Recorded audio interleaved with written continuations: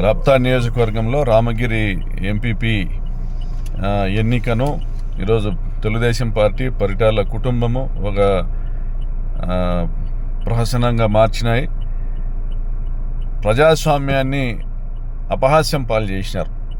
9 మంది ఎంపీటీసీలలో 8 మంది మా పార్టీ వాళ్ళు ఉండగా వాళ్ళకి కనీసం నామినేట్ చేయడానికి కనీసం పోటీ చేయడానికి ఒక మహిళా ఎంపీటీసీ కూడా వాళ్ళ పక్షాన లేని పరిస్థితుల్లో విరమించుకోవాల్సింది పోయి దాదాపుగా 1000 మంది గూండాల్ని ఎంపీడీఓ కార్యాలయం చుట్టూ మోహరించి పోలీసుల అధికారాలని గేల్ చేశారు.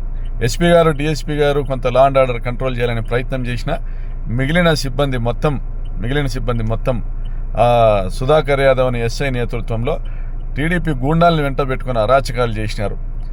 మా ఎంపీటీసీలని బెదిరించి వాళ్ళ జీపుల్లోకి ఎక్కించుకొని పోయేదానికి ప్రయత్నం చేసినారు. మాకు హ్యాండ్ ఓవర్ చేయాల్సిన మా ఎంపీటీసీలు కోర్టు ఆదేశాలతో రక్షణ కల్పించాల్సినటువంటి పోలీస్ డిపార్ట్మెంటు ఎన్నిక జరిగినప్పుడు మాకు హ్యాండ్ ఓవర్ చేయాలి.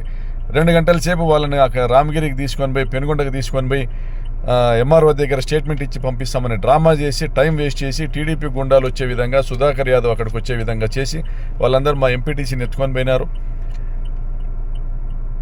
ఈరోజు భారత్ అనే ఒక మహిళా ఎంపీటీసీని ఎత్తుకొని పోయినారు. మరి దీన్ని సభ్య సమాజం ఖండిస్తుంది, మేము కూడా ఖండిస్తున్నాం.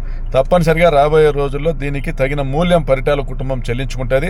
పరిటాల గుండాలకు హెచ్చరిస్తున్నాం, మీ కథ మీ అంతు తేల్చేంత వరకు కూడా వదిలిపెట్టమని హెచ్చరిస్తున్నాం.